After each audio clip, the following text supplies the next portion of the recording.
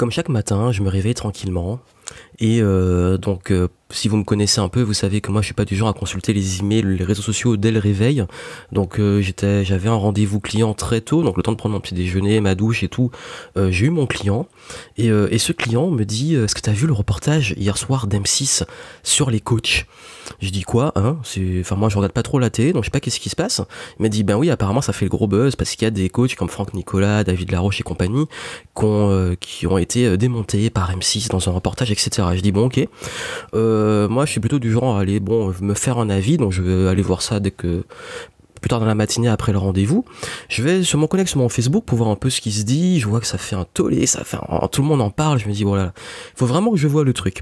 Donc du coup, dans ce podcast, je vais vous donner un petit peu mon avis très général, et cet avis, comme vous me connaissez un peu, je vais essayer d'être le plus nuancé possible et de pas rentrer ni dans une défense d'un parti ou de l'autre, ou ni dans un clash de l'un ou de l'autre, même si je pourrais pas être totalement objectif si vous connaissez un peu mon rapport à la télévision.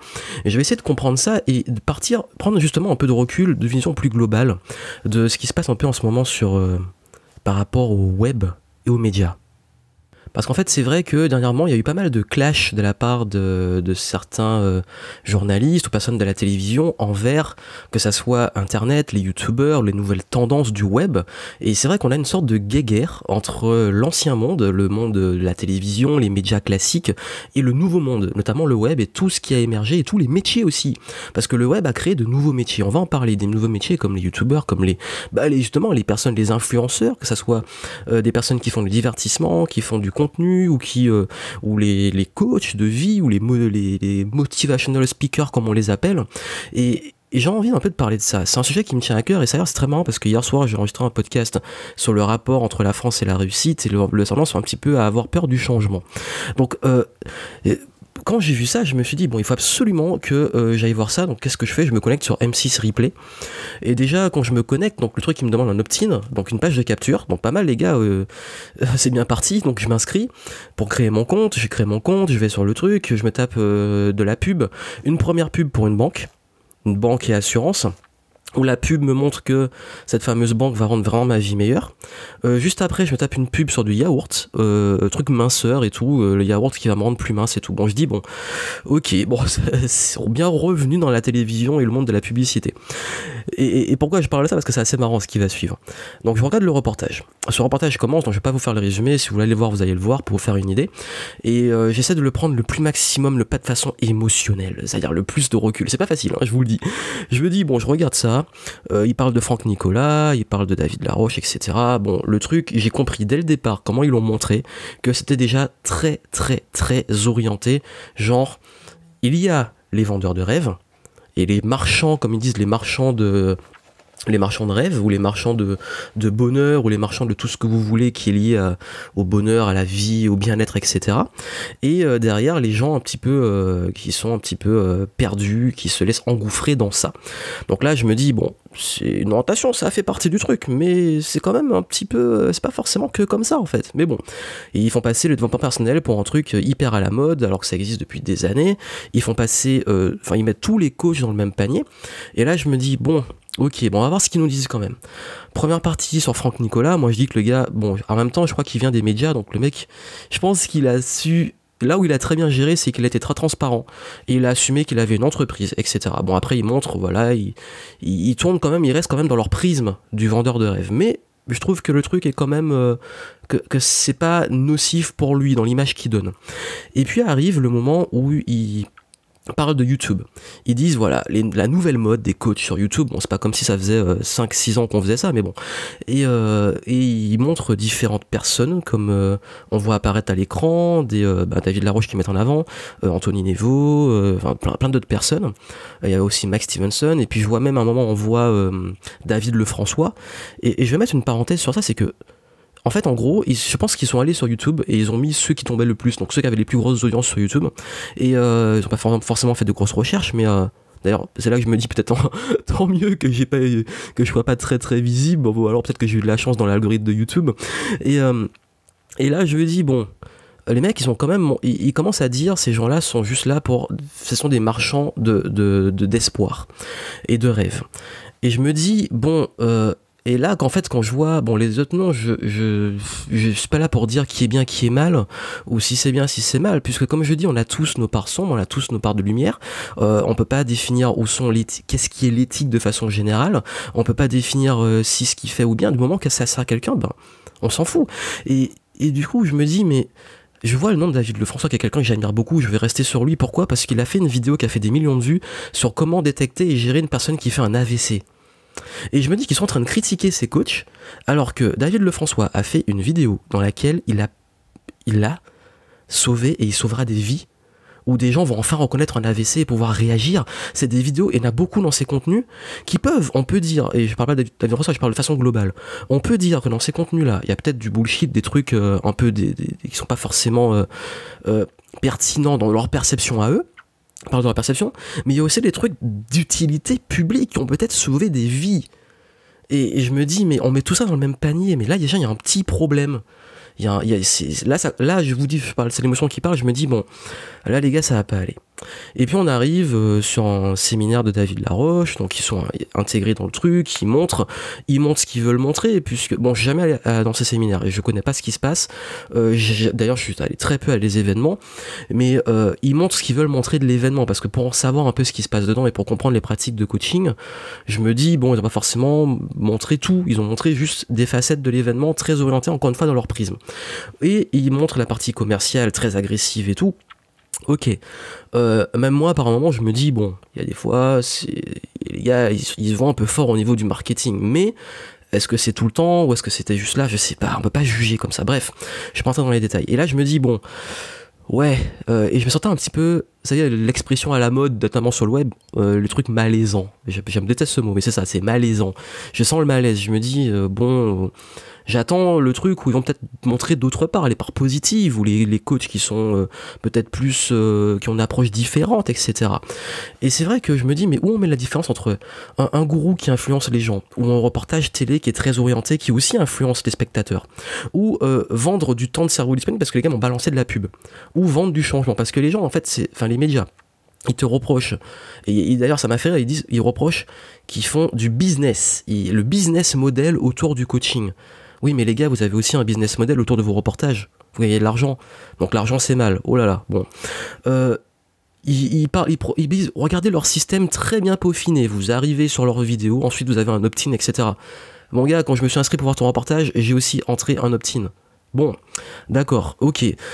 Bref, influencer les gens sur YouTube, ou influencer les gens à la télé, où on met l'éthique, où on met les choses. Et c'est là que je trouvais ça un petit peu, pas hypocrite, mais en fait, ils critiquent des choses que eux-mêmes ils font.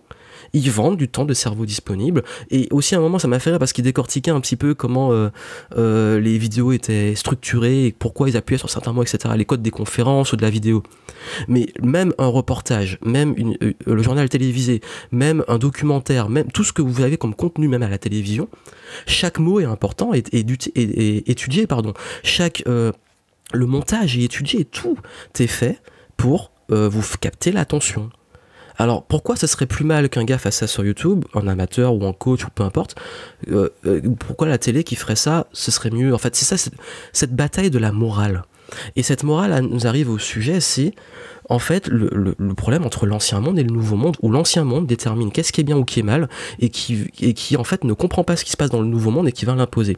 C'est comme ce qui s'est passé avec Squeezie, qui a été invité sur un plateau de télé face à Hardison, je sais pas comment on le prononce, je regarde même pas la télé moi, et qui s'est fait démonter, et où il s'est très bien sorti d'ailleurs, il a pas clashé la télé, il a répondu très calmement et de façon parfois très pertinente, où en fait on voyait que il paraît qu'on est habitué à ce que dans ces émissions ce soit comme ça, mais bon, le mec il invite quelqu'un juste pour le démonter, le critiquer et dire qu'en gros sa communauté c'est des gros débiles qui savent pas lire, que les gens regardent des trucs pour la vidéo, que c'est un gros glandeur, un gros branleur parce qu'il fait des vidéos de gaming.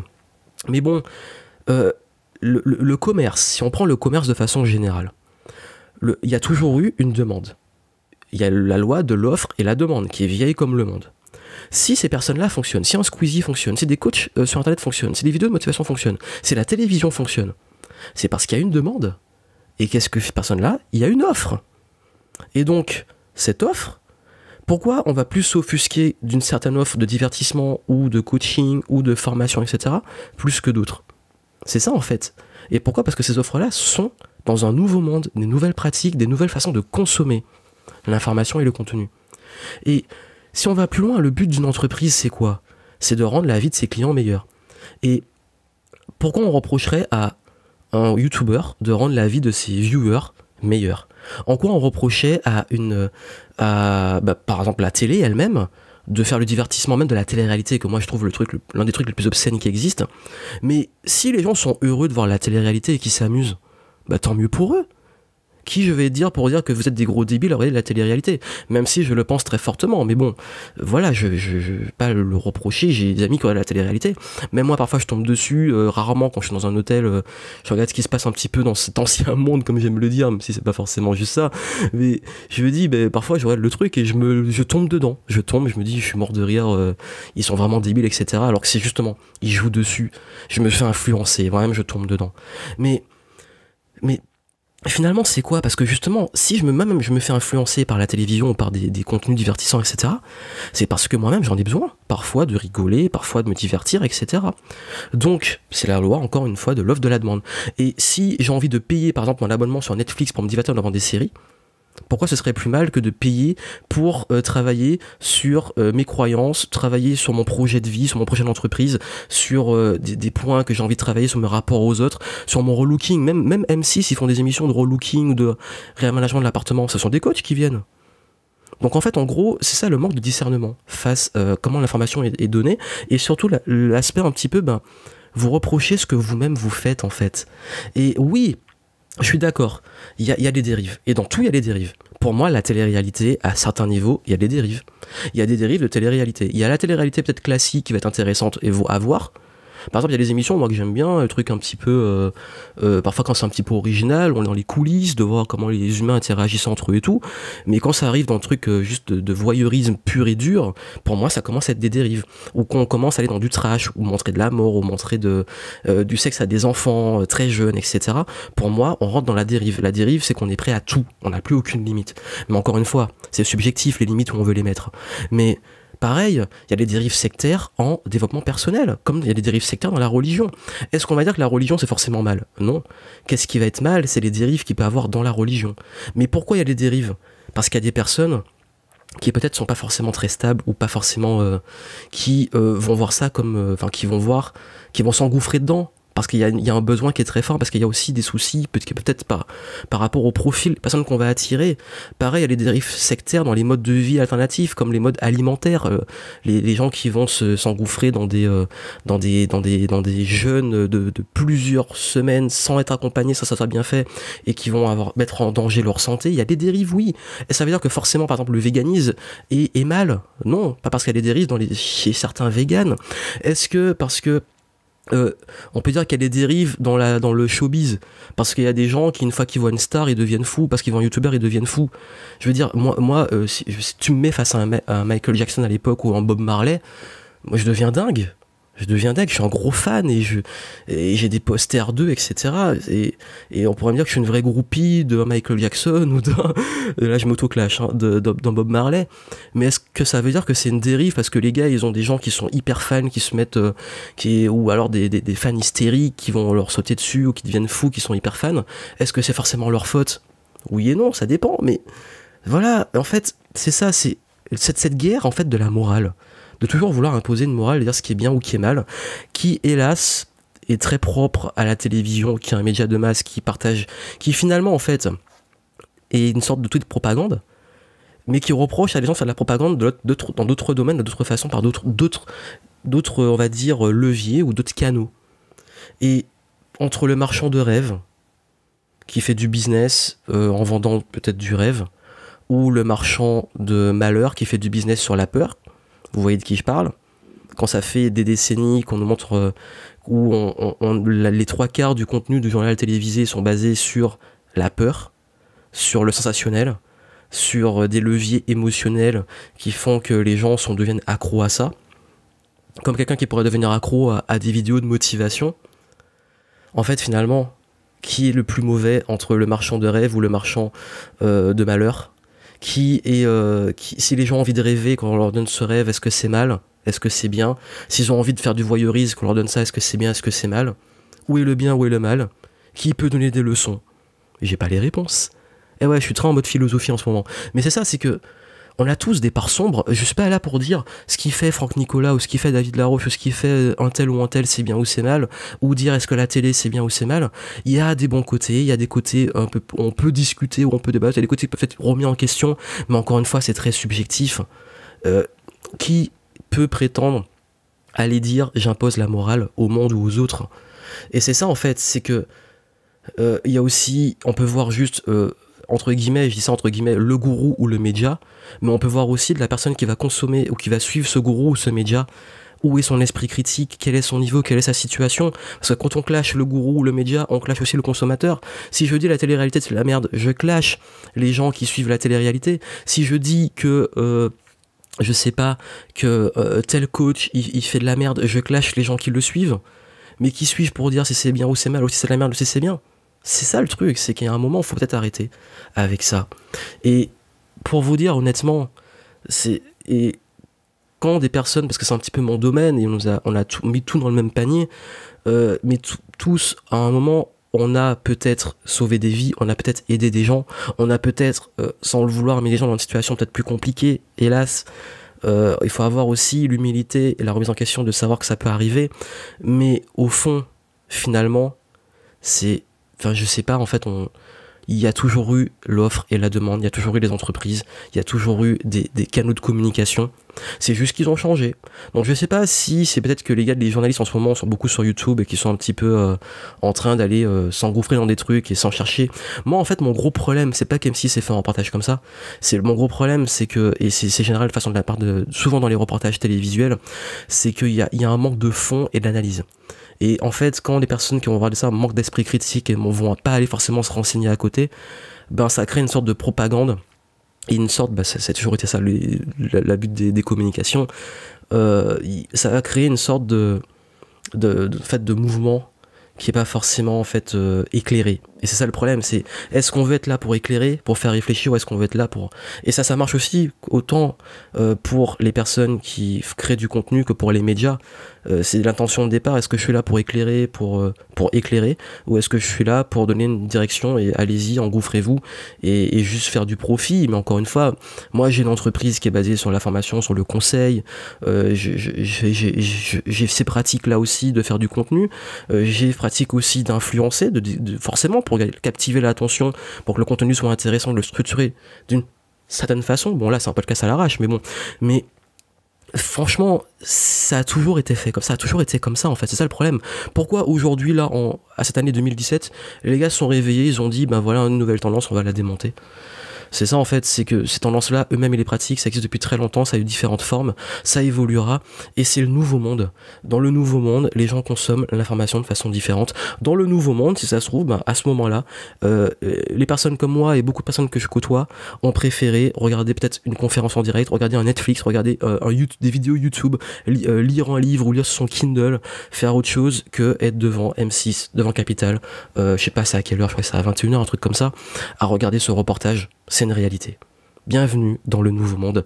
Mais il serait peut-être temps de comprendre ce nouveau monde, de s'y adapter, de s'y intéresser, plus que de vouloir le critiquer, purement, simplement. Et j'aurais peut-être aimé plus que le reportage aille plus loin, pour comprendre, pour vraiment faire le fameux classique qu'on apprend tous à l'école, thèse, antithèse, synthèse. Au moins voir les deux côtés, même si j'aime pas la vision binaire, mais si, quitte à faire un truc, autant montrer les dérives, autant montrer ce qui est bien, autant partager des idées, montrer de tout. Mais après, on est habitué que beaucoup de reportages de certaines chaînes télévisées aiment nous faire du sensationnel, aiment montrer l'envers du décor, derrière le paradis, derrière ces belles facettes, voici ce qui se passe. C'est toujours comme ça en fait. Mais bon, en tout cas, au final, moi ça m'a amusé. Ça m'a amusé de voir que c'est ce que je vous ai dit, de reprocher des choses qui sont faites par ce même média. Ça m'a amusé aussi de voir les réactions, ça m'a rassuré un peu de voir que finalement il y a eu quand même beaucoup de réactions très nuancées, avec quand même beaucoup plus de recul que les trucs hyper émotionnels, mais il y en a toujours. Et c'est ça, je dis, le but c'est pas forcément de cracher que sur la télé, même si je l'ai quand même beaucoup fait parce que comme j'ai dit, je pourrais pas être totalement objectif, et il faut bien avoir des opinions, ni de cracher sur les gens qui ont été montrés dans ce reportage, ni cracher, mettre tout le monde dans le même panier, cracher dans la soupe, etc. Bref, c'est tout simplement de de vous montrer comment, de comprendre comment le monde évolue, comment on pourra se remettre en question, parce qu'il y a beaucoup de remises en question à faire de la part des médias, mais aussi de la part du web, et comment on pourrait avancer, et puis tout simplement arrêter, comme je l'ai dit dans mon dernier podcast, arrêter de se prendre la tête, juste vivre, profiter. Et puis c'est ça. Donc voilà, c'était mon idée par rapport à ça, vous avez vu, c'est juste, j'ai envie de le partager. Vous en faites ce que vous voulez, vous êtes libre de débattre en commentaire, de donner votre avis, de rester encore une fois respectueux, de pas oublier quand même que le monde est fait de nuances, qu'il n'y a pas le bien, le mal, tout ça, comme on a pu l'apprendre à l'école, comme on peut l'apprendre dans certaines croyances ou foi. C'est juste qu'il faut comprendre le monde, c'est un gros bordel, c'est ni noir ni blanc, c'est gris. Comme Michael Jackson, bon ça c'était gratuit, mais j'adore Michael Jackson. Donc voilà, donc je vous laisse dessus et je vous dis à très bientôt.